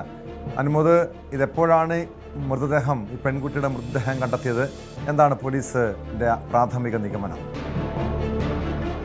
ടോം, ഇന്നലെ രാവിലെ ഈ കുട്ടി സ്കൂളിൽ പോയിരുന്നു. സ്കൂളിൽ പോയിട്ട് വൈകുന്നേരം തിരിച്ച് വരാത്ത സാഹചര്യത്തിൽ വീട്ടുകാർ അന്വേഷിക്കുകയും തുടർന്ന് പോലീസിൽ പരാതി നൽകുകയും ചെയ്തിരുന്നു. പോലീസ് നടത്തിയ അന്വേഷണത്തിൽ ഈ കുട്ടിയുമായി അടുപ്പമുള്ള ഒരു വിദ്യാർത്ഥിയെ, +1 പഠിക്കുന്ന ഒരു വിദ്യാർത്ഥിയെ പോലീസ് കസ്റ്റഡിയിലെടുത്ത് ചോദ്യം ചെയ്യുകയും ഈ കുട്ടി നൽകിയ വിവരങ്ങളുടെ അടിസ്ഥാനത്തിലാണ് പോലീസ് നടത്തിയ പരിശോധനയിൽ കുട്ടിയുടെ മൃതദേഹം കണ്ടെത്തിയത്. ഈ പെൺകുട്ടിയുടെ കൈകൾ കൂട്ടിക്കെട്ടിയ നിലയിലാണ് മൃതദേഹം കണ്ടെത്തിയത്. കൊലപാതകമാണ് എന്ന തരത്തിൽ തന്നെയാണ് പോലീസിന്റെ വിലയിരുത്തലുള്ളത്. ഇതുമായി ബന്ധപ്പെട്ട് ഈ സുഹൃത്തിന് പോലീസ് ചോദ്യം ചെയ്ത സുഹൃത്തിന് ബന്ധമുണ്ട് എന്ന സൂചനകളും ലഭിക്കുന്നുണ്ട്. മുൻപ് ഈ സുഹൃത്തുമായിട്ടുള്ള ബന്ധത്തെക്കുറിച്ച് ചില പരാതികൾ വീട്ടുകാർക്ക് ഉണ്ടായിരുന്നു. ഇതുമായി ബന്ധപ്പെട്ട് ലഭ്യമാകുന്ന സൂചനകൾ ഈ സുഹൃത്തിലേക്ക് തന്നെ വിരൽ ചൂണ്ടുന്നതാണ്.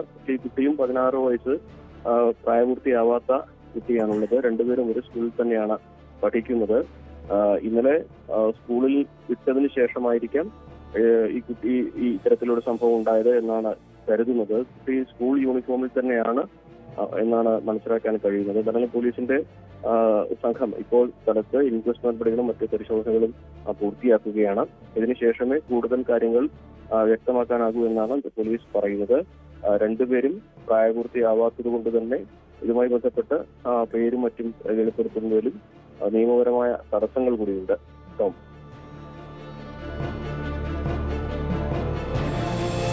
ഇത് കൊലപാതകമാണ് എന്ന് പോലീസ് സംശയിക്കാനുള്ള കാരണം എന്താണ്? കാരണം ഇത് കുറ്റിക്കാട്ടിലാണ് മൃതദേഹം കണ്ടെത്തിയതെന്നാണോ അതോ മറ്റെന്തെങ്കിലും അസ്വാഭാവികമായ എന്തെങ്കിലും കണ്ടെത്താൻ കഴിഞ്ഞിട്ടുണ്ടോ? ടോം, ഈ പെൺകുട്ടിയുടെ കൈകൾ കൂട്ടിക്കെട്ടിയ നിലയിലാണ് ഈ മൃതദേഹത്തിലുള്ളത്. അതുപോലെ തന്നെ കഴുത്ത് ഞെരിച്ചതിന്റെ അടയാളങ്ങളും പ്രാഥമികമായിട്ടുള്ള പരിശോധനയിൽ കണ്ടെത്തിയിട്ടുണ്ട്. അതിനൊക്കെ അപ്പുറത്ത് ഈ കുട്ടിയുടെ സുഹൃത്തിനെ ചോദ്യം ചെയ്തതിൽ നിന്ന് ലഭിച്ച വിവരങ്ങൾ കൂടി ഇത്തരത്തിലുള്ള നിഗമനത്തിലേക്ക് എത്തുന്നതിന് നിർണായകമായിട്ടുണ്ട് എന്നാണ് നമുക്ക് അറിയാൻ കഴിയുന്നത്. ഈ കുട്ടിയുമായി ബന്ധപ്പെട്ട് പോലീസ് ഈ യുവാവിനെ ഈ വിദ്യാർത്ഥിയെ ചോദ്യം ചെയ്തതിന്റെ അടിസ്ഥാനത്തിലാണ് കുട്ടിയുടെ മൃതദേഹം ഈ കുറ്റിക്കാട്ടിലുണ്ട് എന്ന വിവരം പോലീസിന് ലഭിക്കുന്നത്. അങ്ങനെ കൃത്യമായ സൂചനകളുടെ അടിസ്ഥാനത്തിൽ തന്നെയാണ് പോലീസ് ഇതൊരു കൊലപാതകത്തിലേക്ക് എത്തുന്നു എന്ന തരത്തിലുള്ള സൂചനകൾ അല്ലെങ്കിൽ വിരൽ ചൂണ്ടുന്നത്. കൃത്യമായിട്ട് ഈ കുട്ടിയുടെ ഒപ്പമുള്ള ഈ +1 പഠിക്കുന്ന ഈ കുട്ടിയെ തന്നെയാണ് ഇതിൽ ഏറ്റവും പോലീസിന്റെ ചോദ്യമുനയിലുള്ളതും. ഈ കുട്ടിയെ തന്നെയാണ് പോലീസ് വിശദമായി ചോദ്യം ചെയ്തുകൊണ്ടിരിക്കുന്നത്.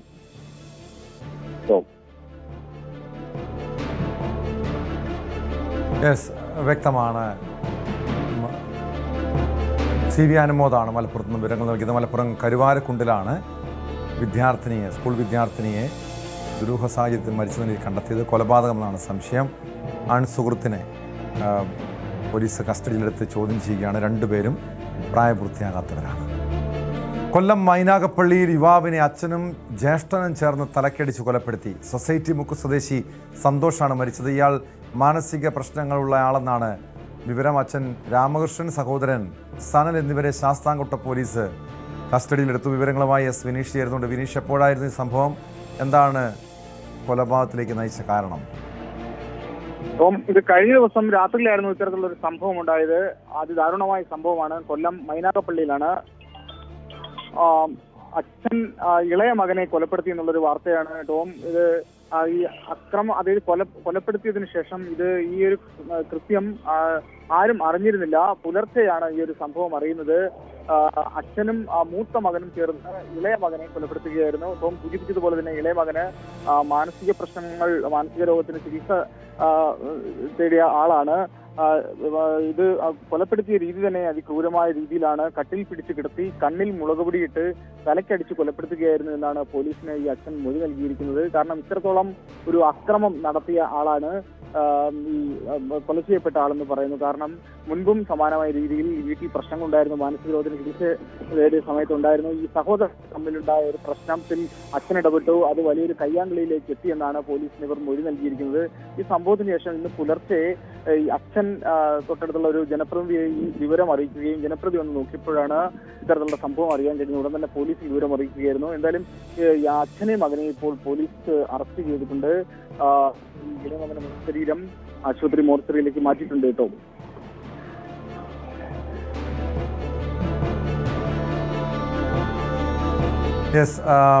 അങ്ങനെ ഈ മകൻ ഈ യുവാവിൻ്റെ മാനസിക പ്രശ്നമാണ്, അതേ തുടർന്നുണ്ടായ പ്രശ്നങ്ങളാണ് കൊലപാതകത്തിലേക്ക് നയിച്ചതെന്ന വിവരങ്ങളാണ് പുറത്തു വരുന്നത്.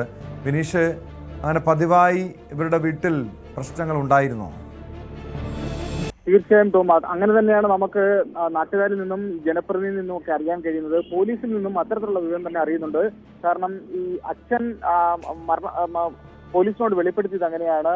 ഈ മകനെ കൊണ്ട് സഹിക്ക വയ്യാതെയാണ് ഇത്തരത്തിലുള്ള ഒരു കൃത്യത്തിലേക്ക് അവര് നയിച്ചത് എന്നാണ് അറിയുന്നത്. കാരണം പല സമയം ഇത്തരത്തിലുള്ള ഒരു അക്രമങ്ങളോട് ഉണ്ടായിട്ടുണ്ട്. ഇവരുടെ അമ്മയെ അടക്കം ആക്രമിച്ചിട്ടുണ്ട്. പലതവണ ആശുപത്രിയിൽ ചികിത്സയിൽ പ്രവേശിപ്പിക്കുകയൊക്കെ ചെയ്തിട്ടുള്ള ഒരാളാണ്. അപ്പോൾ സഹിക്ക വയ്യാതെ കഴിഞ്ഞ ദിവസം ഇരുവരും ചേർന്ന് ഇത്തരത്തിലുള്ളൊരു കൊലപ്പെടുത്തുകയായിരുന്നു എന്നാണ് പോലീസിന് മൊഴി നൽകിയിരിക്കുന്നത്. ഈ കൊലപാതകത്തിന് ശേഷം ഇയാൾ, ഞാൻ നേരത്തെ സൂചിപ്പിച്ചതുപോലെ തന്നെ പഞ്ചായത്ത് പ്രസിഡന്റ് ജനപ്രതിയൊക്കെയാണ് ഇവർ വാർഡിലെ, അയാളോടാണ് ഈ വിവരങ്ങൾ പറയുന്നത്.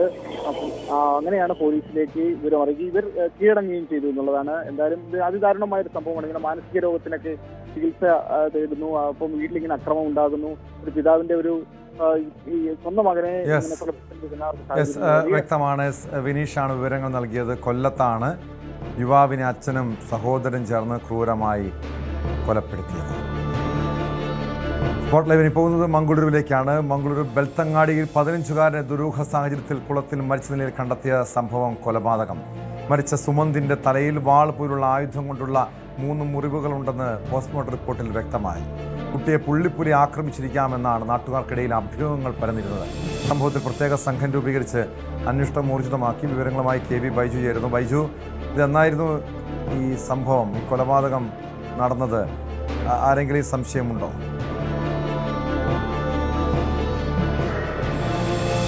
ടോമെ, ബുധനാഴ്ച പുലർച്ചെയാണ് ഈ കുട്ടിയെ, അതായത് 4:30 കൂടിയാണ് ഈ കുട്ടിയെ കാണാനാവുന്നത്.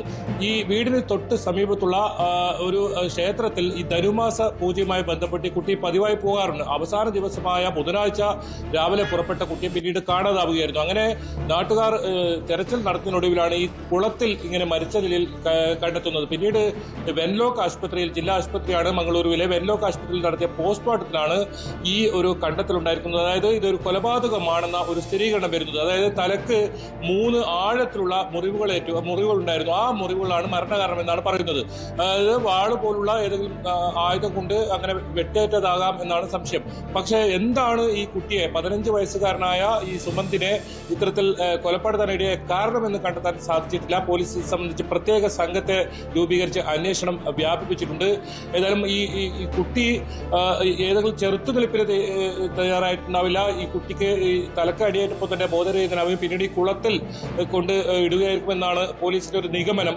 കാരണം ഈ കുട്ടി ധരിച്ചിരുന്ന ചെരുപ്പ് ഉൾപ്പെടെ മൃതദേഹത്തിലുണ്ടായിരുന്നു. അങ്ങനെ ഓടാനോ മറ്റോ ഈ കുട്ടിക്ക് സമയം ഉണ്ടായിരുന്നില്ല എന്ന് വേണം അതിൽ നിന്ന് മനസ്സിലാക്കാൻ. പോലീസ് അങ്ങനെയാണ് ഒരു നിഗമനത്തിലെത്തുന്നത്. പക്ഷേ എന്താണ് ഈ കുട്ടിയെ കൊലപ്പെടുത്താനുണ്ടായ കാരണം? ഈ കുടുംബത്തോടുള്ള വല്ല വിരോധവുമാണ്, അങ്ങനെ ഏതെങ്കിലും സംഭവങ്ങൾ ഇതിന് പിന്നിലുണ്ടോ എന്നൊക്കെ പോലീസ് അന്വേഷിക്കുന്നുണ്ട്. ഏതായാലും ഈ കുട്ടി പുലർച്ചെ എല്ലാ ദിവസവും 4:30 കൂടി ഈ ക്ഷേത്രത്തിൽ പോകാറുണ്ട്. വീടിന് തൊട്ട് അടുത്തുള്ള ഒരു ക്ഷേത്രം തന്നെയാണ്. പ്രത്യേകിച്ച് ധനുമാസ പൂജ, ആ ഒരു പൂജക്കായാണ് ഇങ്ങനെ രാവിലെ പോകുന്നത്. അങ്ങനെ പോകുന്ന സമയത്താണ് ഈ കുട്ടിയെ കാണാതാവുന്നത്. ടോം സൂചിപ്പിച്ചതുപോലെ തന്നെ പുള്ളിപ്പുലി പിടിച്ചതാകാം എന്ന ഒരു സംശയം ആദ്യം ഉണ്ടായിരുന്നു. അങ്ങനെ ഒരു അഭ്യൂഹം പരന്നിരുന്നു. കാരണം ഈ പ്രദേശത്ത് പുള്ളിപ്പുലിയുടെയൊക്കെ വലിയ ശല്യം ഉണ്ടായിരുന്നു. അങ്ങനെ ഒരു ധാരണയിലായിരുന്നു ഉണ്ടായിരുന്നത്. പക്ഷേ ഈ കുളത്തിന് സമീപം രക്തക്കറ കാണുകയും പിന്നീട് ഈ കുളത്തിൽ പരിശോധന നടത്തിയപ്പോഴാണ് മൃതദേഹം കണ്ടെത്തുന്ന സാഹചര്യം ഉണ്ടായത്. ഏതായാലും ഈ വലിയ ഒരു ഈ നാട്ടിൽ തന്നെ വലിയൊരു തോതിലുള്ള ഒരു നടുക്കമാണ് ഈ ഒരു കുട്ടിയുടെ മരണവുമായി ബന്ധപ്പെട്ടിട്ടുണ്ടായത്. എന്താണ് ഈ 15 വയസ്സുകാരനെ കൊലപ്പെടുത്താൻ്റെ കാരണം? അല്ലെങ്കിൽ ഇത്രയും വലിയ ആയുധം ഉപയോഗിച്ച് തലക്കൊക്കെ ഇത്തരത്തിൽ വെട്ടി 3 പരിക്കുകളാണ്, 3 വലിയ മുറിവുകളാണ് ഉള്ളത്. അതാണ് പോസ്റ്റ്മോർട്ടം റിപ്പോർട്ടിൽ പറയുന്നത്. അങ്ങനെ ഒരു കൊലപ്പെടുത്താനിടയായ സാഹചര്യം എന്താണെന്ന് പോലീസ് പരിശോധിക്കുന്നുണ്ട്. ഈ കുടുംബത്തോട് മറ്റ് വൈരാഗ്യമുള്ള ആളുകളുണ്ടോ, അവരെ കുറിച്ചുള്ള അന്വേഷണം നടത്തുന്നത്. നിലവിൽ പ്രതികളെ ആരെയും തന്നെ കണ്ടെത്താൻ സാധിച്ചിട്ടില്ല. ഇതാരാണ് ഈ കൊലപാതകം നടത്തിയതെന്ന് സംബന്ധിച്ച് സൂചന പോലും പോലീസിന് ലഭിച്ചിട്ടില്ല. അതുകൊണ്ടാണ് പ്രത്യേക 4 അംഗ സംഘത്തെ ഇപ്പോൾ രൂപീകരിച്ചിട്ടുള്ളത്. അതിൽ SP ഉൾപ്പെടെയുള്ളവർ മേൽനോട്ടം വഹിക്കുന്നുണ്ട്. പല സ്റ്റേഷനിലുള്ള പ്രത്യേകം നേരത്തെ നല്ല പരിചയമുള്ള പോലീസുകാരെ തന്നെ നിയോഗിച്ച് അങ്ങനെ ഒരു പരിശോധനയാണ് ഇപ്പോൾ നടത്തുന്നത്. ഈ പ്രതികൾ എത്രയും പെട്ടെന്ന് പിടികൂടുമെന്ന് തന്നെയാണ് മംഗളൂരു പോലീസ് വ്യക്തമാക്കുന്നത്. ടോം,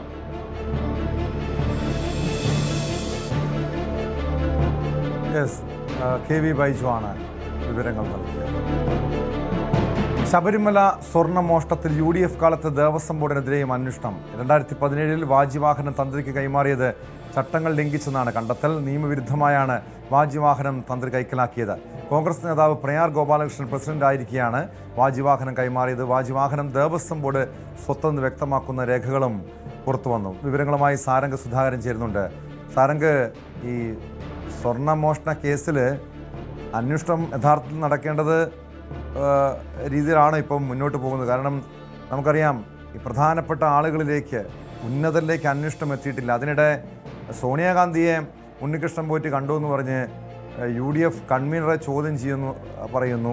ഇപ്പോൾ UDF കാലത്തെ ചട്ടലംഘനങ്ങൾ ചൂണ്ടിക്കാണിച്ചുകൊണ്ട് പുതിയ നീക്കങ്ങൾ ഉണ്ടാകുന്നു. അതിലേക്ക് അന്വേഷണം നീങ്ങുന്നു. യഥാർത്ഥത്തിൽ ഈ ശബരിമലയിലെ സ്വർണ്ണപ്പാളിയുമായി ബന്ധപ്പെട്ട മോഷണത്തിൻ്റെ അന്വേഷണത്തിൽ നിന്നും ഗതി മാറുകയാണോ? ഇത് ഈ ഒരു പുതിയ അന്വേഷണം, അതായത് UDF കാലത്തെ ദേവസ്വം ബോർഡിലായിട്ടുള്ള അന്വേഷണം ഒരു രാഷ്ട്രീയ പ്രേരിതമെന്ന് സംശയിക്കണോ?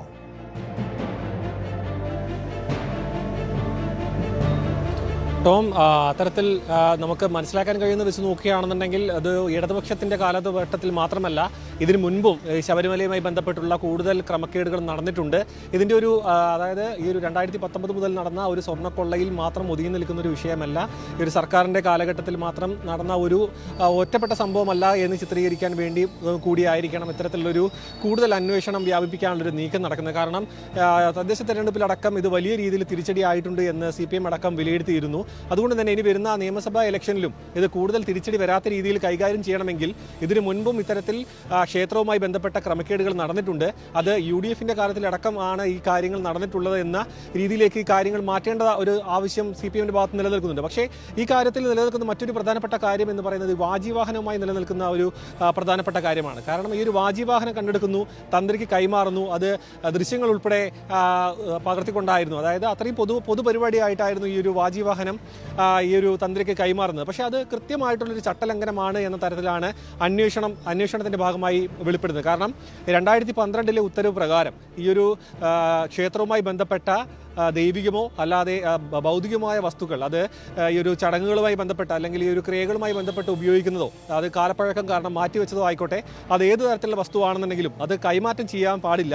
അത് ക്ഷേത്രത്തിന്റെ സ്വത്തായി പരിഗണിച്ചുകൊണ്ട് അവിടെ തന്നെ സൂക്ഷിക്കണം, അതായത് ക്ഷേത്രത്തിൽ തന്നെ സൂക്ഷിക്കണമെന്ന കൃത്യമായ നിർദ്ദേശം മറികടന്നുകൊണ്ടാണ് പിന്നീട് 2017 ഈ വാജിവാഹനം തന്ത്രിക്ക് കൈമാറുന്നത്. ഈ ഒരു വാജിവാഹനവുമായി ബന്ധപ്പെട്ട ഈ ഒരു വാജിവാഹനം എന്ന് പറയുമ്പോൾ തന്നെ പഞ്ചലോഹത്തിൽ നിർമ്മിച്ചിരിക്കുന്ന വളരെ അമൂല്യമായ വസ്തുവാണ്. അതിന്റെ വിപണി മൂല്യമടക്കം കണക്കാക്കാൻ കഴിയുന്നതിന് അപ്പുറവുമാണ്. അതുകൊണ്ട് തന്നെ ഇതൊരു സ്വർണ്ണക്കൊള്ളയിൽ മാത്രമല്ല, തുടക്കം തൊട്ട് തന്നെ നിലനിൽക്കുന്ന ആരോപണമാണ്. സ്വർണം മാത്രമല്ല ഈ ഒരു ശബരിമലയിൽ നിന്ന് മോഷണം പോയിരിക്കുന്നത്, പല അമൂല്യമായ വസ്തുക്കളടക്കം ഇവിടെ നിന്ന് മോഷണം പോയിട്ടുണ്ട് എന്ന തരത്തിലുള്ള പല ആരോപണങ്ങൾ നിലനിന്നിരുന്നു. അത് ശരിവെക്കുന്ന തരത്തിലുള്ള കണ്ടെത്തലുകളാണ് ഇപ്പോൾ പ്രത്യേക അന്വേഷണ സംഘം നടത്തുകയും ചെയ്യുന്നത്. പക്ഷേ ഇതിലൊരു രാഷ്ട്രീയ ലക്ഷ്യം ടോം സൂചിപ്പിച്ചതുപോലെ തന്നെ ഉണ്ടോ എന്ന കാര്യം സംശയിക്കേണ്ടി വരുന്നത്. കാരണം ഈ ഒരു ഇടതുപക്ഷത്തിന്റെ ഭാഗത്തു നിന്നും ഇതിനു മുൻപും, അതായത് ഈ ഒരു സ്വർണ്ണക്കൊള്ളയുടെ കാര്യം തന്നെ കണക്കാക്കുകയാണെന്നുണ്ടെങ്കിൽ വിജയ് മല്യ സ്വർണം പൂശിയ കാലഘട്ടത്തിൽ തൊട്ടുള്ള കാര്യങ്ങൾ അന്വേഷിക്കണമെന്ന് തുടക്കം തൊട്ട് തന്നെ ആവശ്യം ഉയർന്നിരുന്നു. അതുമായി ബന്ധപ്പെട്ട അന്വേഷണം നടക്കുന്നു. മാത്രമല്ല ഇതിൽ കൂടുതൽ ഭാഗങ്ങളിൽ ഈ ഒരു തരത്തിലുള്ള തട്ടിപ്പുകൾ നടന്നിട്ടുണ്ട് എന്ന കാര്യങ്ങളിൽ വ്യക്തത വരുന്നു. അങ്ങനെ നോക്കുകയാണെന്നുണ്ടെങ്കിൽ ഈ വാജിവാഹനവുമായി ബന്ധപ്പെട്ട പുതുതായി ഉടലെടുത്ത വിഷയത്തിൽ CPM മാത്രമല്ല UDFും കുരുക്കിലേക്ക് നീങ്ങുന്ന ഒരു കാഴ്ചയാണ് നമുക്ക് കാണാൻ കഴിയുന്നത്. കാരണം കൃത്യമായി ഉത്തരവുണ്ടായിരുന്നിട്ടും അത് പകൽ വെളിച്ചത്തിൽ ലംഘിച്ചുകൊണ്ടാണ് ഈ വാജിവാഹനം തന്ത്രിക്ക് കൈമാറുന്നത്. അത് ഈ ഒരു സ്വർണ്ണക്കൊള്ളയുമായി ബന്ധപ്പെട്ടുകൊണ്ടുള്ള സമയത്ത് പുറത്തേക്ക് വരുന്നു, തന്ത്രി അറസ്റ്റിലാകുന്നു. ഈ ഒരു കൊടിമരത്തിലേക്ക് വാജിവാഹനം മാറ്റി സ്ഥാപിച്ചതടക്കം അതുമായി ബന്ധപ്പെട്ടടക്കമുള്ള കാര്യങ്ങളിൽ അന്വേഷണം നടക്കുന്നു. ആ കാലത്തെ ദേവസ്വം ബോർഡിന്റെ ക്രമക്കേടുകൾ, അതായത് ആ സമയത്തെ പല കാര്യങ്ങളിലേക്കും അന്വേഷണം എത്തുന്നു. നോക്കുകയാണെന്നുണ്ടെങ്കിൽ ഹൈക്കോടതിയുടെ ഭാഗത്ത് നിന്ന് നോക്കുകയാണെന്നുണ്ടെങ്കിൽ ഈ ഒരു ഉന്നതരിലേക്ക് എത്താൻ ഒരു മടി കാണിക്കുന്ന അന്വേഷണ സംഘം, മറ്റൊരു വശത്ത് നോക്കുകയാണെന്നുണ്ടെങ്കിൽ ഈ ഒരു UDFന്റെ കാലഘട്ടത്തിലെ പല കാര്യങ്ങളിലേക്കും അന്വേഷണം വളരെ വേഗത്തിലെത്തുന്നു എന്ന കാര്യത്തിലടക്കം ഒരു സൂചന നൽകിക്കൊണ്ടാണ് ഇപ്പോൾ അന്വേഷണം മുന്നോട്ട് പോകുന്നത്. പക്ഷേ ഇതിൽ ഉന്നതരുടെ ബന്ധം ഇനിയും ഇവർക്ക്, അതായത് അന്വേഷണ സംഘത്തിന് ഗൂഢാലോചനയിൽ പങ്കെടുത്ത ആരൊക്കെ എന്നടക്കമുള്ള കാര്യങ്ങളിൽ വ്യക്തത വരുത്തേണ്ടത് ഹൈക്കോടതിയുടെ സമ്മർദ്ദ പ്രകാരം ഇപ്പോഴും നിലനിൽക്കുന്നുണ്ട്. അതിലേക്ക് ഇനിയും എത്താൻ കഴിഞ്ഞിട്ടില്ല. പ്രയാർ ഗോപാലകൃഷ്ണൻ, മുൻ ദേവസ്വം ബോർഡ് പ്രസിഡന്റ്, ഇപ്പോൾ ജീവിച്ചിരിക്കുന്ന പോലുമില്ല.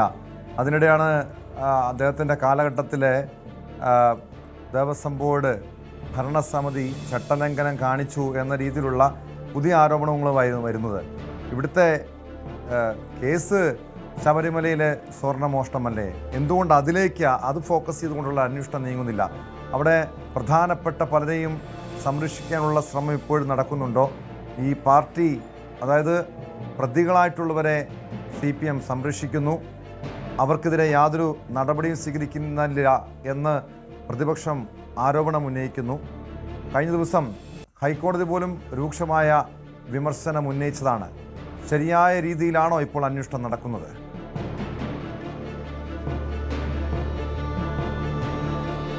തീർച്ചയായിട്ടും. കാരണം 2 തവണ ആയിട്ടാണ് ഇപ്പോൾ ഹൈക്കോടതി ഈ ഒരു അന്വേഷണ സംഘത്തിനെ കൃത്യമായി വിമർശിച്ചത്. കാരണം എന്തുകൊണ്ട് ബോർഡ് അംഗങ്ങളിലേക്ക് നീങ്ങുന്നില്ല, മറ്റു ഉന്നതരിലേക്ക് എന്തുകൊണ്ട് പോകുന്നില്ല എന്ന കൃത്യമായ കാരണങ്ങൾ നിരത്തിക്കൊണ്ടായിരുന്നു ഹൈക്കോടതിയുടെ വിമർശനം. അത് നിലനിൽക്കുന്നുണ്ട്. മറ്റൊരു വശത്ത് നോക്കുകയാണെന്നുണ്ടെങ്കിൽ പ്രതിപക്ഷമടക്കം ആരോപിക്കുന്ന പല വിഷയങ്ങളുണ്ട്. അതായത് മുഖ്യമന്ത്രിയുടെ ഓഫീസിൽ നിന്നും ചില ഉന്നതരുടെ കൈകടത്തലുകൾ ഈ അന്വേഷണ സംഘത്തിന്റെ ഭാഗത്ത്, അതായത് അന്വേഷണ സംഘത്തിന്റെ മേൽ സമ്മർദ്ദം ചെലുത്തുന്നു. ഈ ഒരു തെരഞ്ഞെടുപ്പിന്റെ സമയത്ത് അന്വേഷണം ഉന്നതരിലേക്ക് എത്താതിരിക്കാനുള്ള ഒരു നീക്കം നടക്കുന്നു എന്ന പരാമർശം നടത്തുന്നു.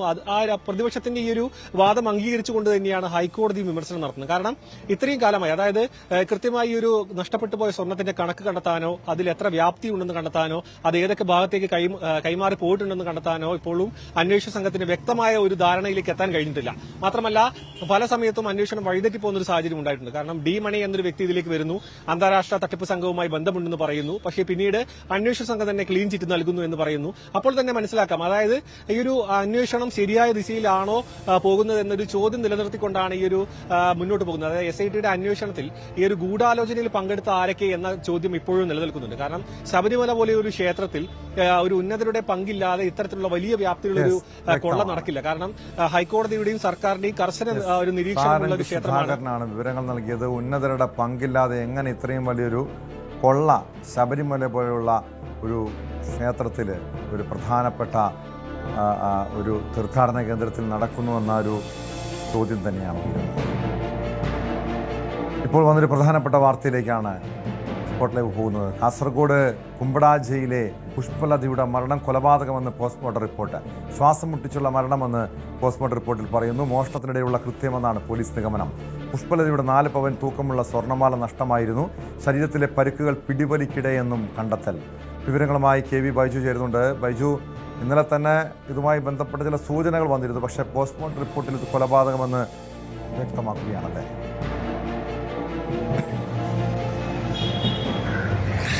തീർച്ചയായും ടോമെ, അല്പസമയം മുമ്പാണ് ഇപ്പോൾ പോസ്റ്റ്മോർട്ടം റിപ്പോർട്ട് ഇപ്പോൾ പുറത്തു വന്നിട്ടുള്ളത്. ഇതിൽ ഏറ്റവും പ്രധാനം ഇതൊരു കൊലപാതകമാണെന്ന് സ്ഥിരീകരിച്ചിരിക്കുന്നു. നമുക്കറിയാം, ഇന്നലെ നമ്മൾ വിശദമായി ഈ കാര്യം, അതായത് ഈ പുഷ്പലത വി ഷെട്ടിയുടെ ദുരൂഹ മരണം സംബന്ധിച്ച് വിശദമായി ചർച്ച ചെയ്താണ്. അതിൽ ഒരു സംശയം തന്നെ തുടക്കത്തിലുണ്ടായിരുന്നു. അതായത് ഈ പിടിവലി നടന്നതും അതുപോലെ തന്നെ ഇവർക്ക് പരിക്ക് ഉള്ളതായും മുഖത്തൊക്കെ പരിക്കുള്ളതായും ഒക്കെയുള്ള കാര്യങ്ങൾ, സൂചനകൾ പുറത്തു വന്നിരുന്നു. അതിൽ നിന്ന് തന്നെ കൊലപാതകമാണെന്നൊരു നിഗമനത്തിൽ പോലീസ് എത്തിയിരുന്നു. അക്കാര്യം നമ്മൾ ചൂണ്ടിക്കാട്ടിയതുമാണ്. ഇപ്പോൾ പോസ്റ്റ്മോർട്ടം റിപ്പോർട്ട് ഇപ്പോൾ പരിയാരം മെഡിക്കൽ കോളേജിൽ നിന്നും ഈ വിദഗ്ധ പോസ്റ്റ്മോർട്ടം റിപ്പോർട്ടിന്റെ ഇപ്പോൾ പുറത്തു വന്നിരിക്കുന്നു. ഇതിൽ ഇത് കൊലപാതകമാണെന്ന് സ്ഥിരീകരണം വരുന്നുണ്ട്. അതോടൊപ്പം തന്നെ ഇവരുടെ കഴുത്തിൽ ഒരു 4 പവൻ തൂക്കമുള്ള കരിമണി മാല ഉണ്ടായിരുന്നു, അത് നഷ്ടപ്പെട്ടിരുന്നു. അങ്ങനെയാണെങ്കിൽ ഈ ഒരു മാല മോഷ്ടിക്കാൻ വന്ന സംഘം അല്ലെങ്കിൽ മോഷ്ടാവ് ഇത്തരത്തിൽ കൊലപ്പെടുത്തിയതാകാം എന്ന ഒരു നിഗമനത്തിലാണ് പോലീസ് ഉള്ളത്.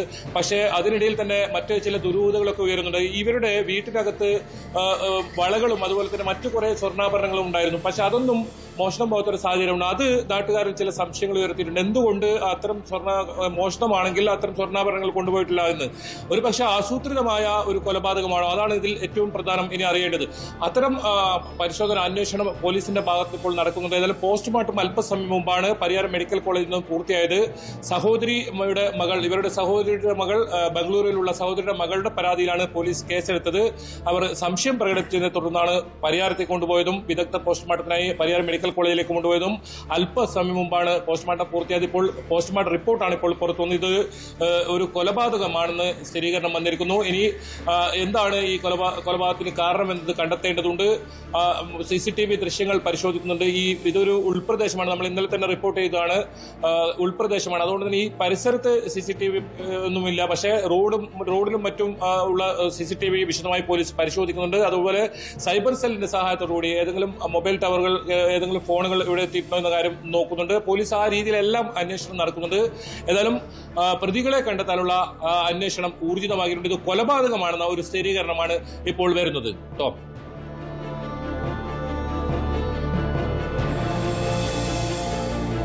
വ്യക്തമാണ്. KV ബൈജു ആണ് കാസർഗോഡ് നിന്ന് വിവരങ്ങൾ നൽകിയത്. കുമ്പടാജിയിലെ പുഷ്പലതയുടെ മരണം കൊലപാതകമെന്നാണ് പോസ്റ്റ്മോർട്ടം റിപ്പോർട്ട്. മോഷണത്തിനിടെ നടന്ന ക്രൂരകൃത്യമാണെന്നാണ് നിഗമനം. 4 പവൻ്റെ മാല നഷ്ടപ്പെട്ടിരുന്നു. കഴുത്തിനടക്കം സാരമായ മുറിവുകളുണ്ടായിരുന്നു. ശരീരത്തിലെ ഈ പരിക്കുകൾ പിടിവലിക്കിടെ എന്നാണ് പോലീസിന്റെ കണ്ടെത്തൽ. സ്പോട്ടിൽ പൂർണ്ണമാകും.